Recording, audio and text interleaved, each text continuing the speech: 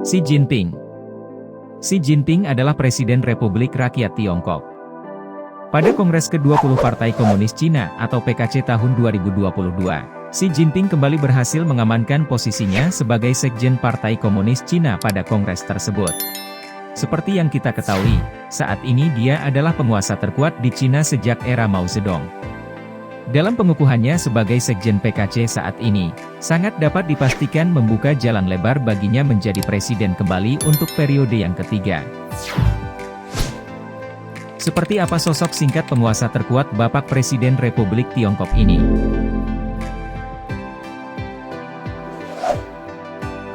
Xi Jinping lahir pada tanggal 15 Juni 1953 di Beijing dari pasangan suami istri Qi Xin dan Xi Zhongxun. Keluarganya berasal dari County Puping, Shaanxi dan memiliki dua kakak perempuan yang bernama Qia Yao dan An An.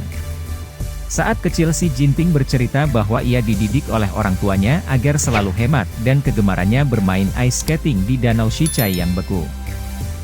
Ayahnya Xi Zhongxun adalah bagian elit dari PKC dan merupakan sahabat Mao Zedong atau Mao Zedong pendiri Partai Komunis Cina PKC. Zhongxun pernah mengepalai sejumlah departemen, termasuk bagian propaganda, wakil Dewan Negara, dan wakil Ketua Kongres Rakyat Nasional.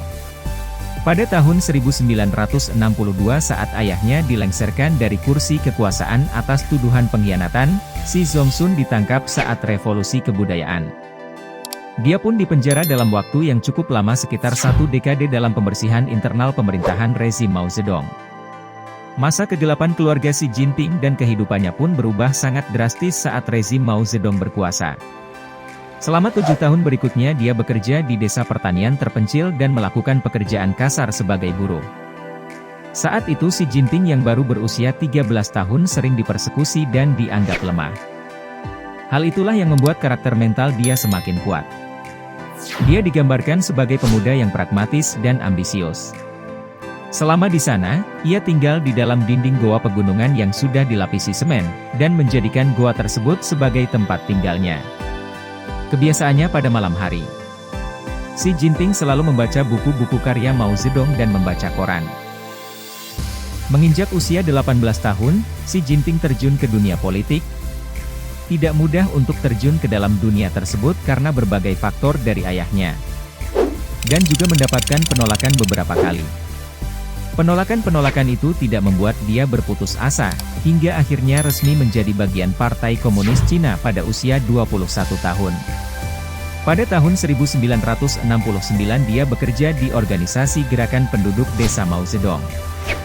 Karena memiliki banyak gagasan, serta mampu menyatukan rakyat dan kader di saat bergabung dengan gerakan tersebut, akhirnya ia diangkat menjadi sekretaris di kantor cabang partai di Landiaheu.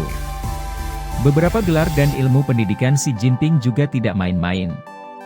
Dari tahun 1975 sampai 1979, Xi belajar teknik kimia di Universitas Tsinghua yang bergengsi di Beijing. Setelah lulus dari tahun 1979 hingga 1982 ia bekerja terlebih dahulu di kantor umum Komisi Militer Sentral sebagai sekretaris Geng Biao sebelum pindah ke Zhengding di Provinsi Hebei, Cina Utara. Setelah kepindahannya pada tahun 1982 ke Zhengding, karir politiknya melesat sangat tajam pada saat itu. Hingga membawanya ke Provinsi Pesisir Fujian dan Zhejiang serta kota metropolitan Shanghai karena ikatan dia dengan rakyat sangat kuat kemanapun dia pergi. Melanjutkan ilmu pendidikannya dari tahun 1998 hingga 2002, dalam program pasca sarjananya ia kerap mempelajari teori Marxis dan pendidikan ideologi di Fakultas Humaniora dan Ilmu Sosial, dan juga di Universitas Tsinghua, sehingga memperoleh gelar LLD-nya. Kehidupan asmara Xi Jinping. Jatuh cinta pada pandangan pertama dengan seorang penyanyi opera yang cukup ternama Peng Liyuan. Mereka berdua akhirnya menikah pada September 1987 di kota Xiamen, Provinsi Fujian.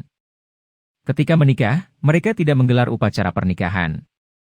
Pernikahannya dengan Peng Liyuan dikaruniai satu anak perempuan yang diberi nama Xi Mingzi.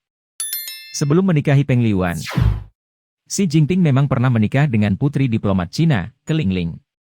Namun, setelah 4 tahun pernikahan, keduanya memutuskan untuk bercerai pada tahun 1982. Setelah menikah, Xi Jinping dan Peng Liyuan melanjutkan karirnya masing-masing dan seringkali tidak bertemu, namun selalu saling mengerti dan saling mendukung. Setelahnya pada 2007, Xi Jinping kembali ke Beijing untuk duduk di Komite Tetap Biro Politik Komite Sentral. Kemudian diangkat sebagai Wakil Perdana Menteri dan Sekretaris Jenderal Komisi Militer Sentral. Pada tahun 2008 tepatnya tanggal 15 Maret, dia terpilih untuk menjadi Wakil Presiden Rakyat Tiongkok. Program-program kegiatannya sebagai Wakil Presiden kala itu, dia mengawasi sejumlah bidang. Bidang-bidang tersebut termasuk pembangunan partai, organisasional, serta urusan Hong Kong dan Makau.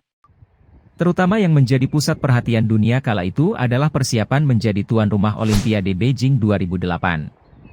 Sebelum berhasil naik ke posisi tertinggi di usia 59 tahun. Butuh waktu 38 tahun dan sejumlah jabatan di berbagai tingkatan dalam hierarki partainya. Akhirnya pada November tahun 2012, ia diangkat ke posisi tertinggi Partai Komunis Cina pada Kongres Nasional Partai yang diselenggarakan di Beijing. Masa-masa sulit dahulu justru menempanya kepada mental yang kuat hingga menjadi seperti sekarang. Tidak sampai 1 tahun, dalam Kongres Rakyat Nasional yang diselenggarakan pada tanggal 14 Maret 2013, Xi Jinping terpilih menjadi Presiden Republik Rakyat Tiongkok menggantikan Hu Jintao yang pensiun setelah menjabat selama 2 periode. Ia memperoleh 2.952 suara, dengan 1 suara tidak setuju dan 3 suara abstain. Sejak menjadi Ketua Partai Komunis yang sekaligus pemimpin Republik Rakyat Cina, Xi Jinping terus melakukan konsolidasi kekuasaan. Mereka yang dinilai mengancam atau merusak persatuan partai akan disingkirkan. Pada 2013, Xi Jinping mengangkat gagasan membangun komunitas dengan masa depan bersama bagi umat manusia dan mengusulkan pendekatan baru untuk hubungan internasional. Beberapa prestasi lainnya pun telah ia dapat, antara lain adalah perang melawan korupsi. Xi Jinping pun melancarkan perang terhadap korupsi dan mengeluarkan aturan untuk menghapus apa yang digambarkan sebagai pemborosan uang negara. Selama 5 tahun kepemimpinannya, perang melawan korupsi terus digencarkan. Bahkan beberapa pejabat yang terlibat dan terbukti korupsi akan diadili, dipecat, bahkan dipenjara. Serta melarang pesta besar-besaran bagi pejabat pemerintahannya. Partai Komunis Cina pun telah menertibkan kurang lebih 100.000 pejabatnya. Salah satu contohnya Xi Jinping menangkap salah satu tokoh paling kuat Yao Yongkang di akhir tahun 2014. Yao Yongkang adalah mantan kepala keamanan negara tersebut. Dia dinilai berhasil membawa Republik Rakyat Cina terus menanjak dalam segi perekonomian hingga menjadi salah satu pertahanan militer terbesar. Karena ambisinya itu kini Cina menjadi salah satu negara superpower di dunia. Yang paling populer adalah One Belt, One Road, yang diperkenalkan pada tahun 2014. Di pasar saham Shanghai, Xi Jinping juga mengizinkan investor-investor internasional memperdagangkan saham secara langsung. Di dalam negerinya pun Xi Jinping memperluas kekuatan bank swastanya, dan juga merubah beberapa undang-undang dari pendahulunya. Di balik itu, ada pun kontroversi tentang pelanggaran HAM yang dilakukan pemerintah Republik Rakyat Tiongkok itu. Beijing menahan lebih 1 juta Muslim Uighur selama beberapa tahun terakhir di kamp pendidikan ulang. Kritikus mencatat, pelanggaran HAM untuk lawan politiknya pun menjadi sorotan karena tindakan kerasnya melawan korupsi, terutama menargetkan lawan-lawan politik. Apalagi memenjarakan jurnalis, pengacara dan warga negara asing, yang dilakukan Partai Komunis Cina PKC. Beberapa orang menggambarkan Xi Jinping sebagai pemimpin paling otoriter sejak era Mao Zedong. Kritik lain adalah pembungkaman terhadap hak-hak dasar warga negara, yang mendorong penilaian, di balik keberhasilan ekonomi terdapat represi besar-besaran. Xi Jinping juga mendorong reformasi kekuatan militernya terutama Angkatan Laut dan Udara, dan membuat pulau-pulau buatan di dalam wilayah sengketa Laut Cina Selatan.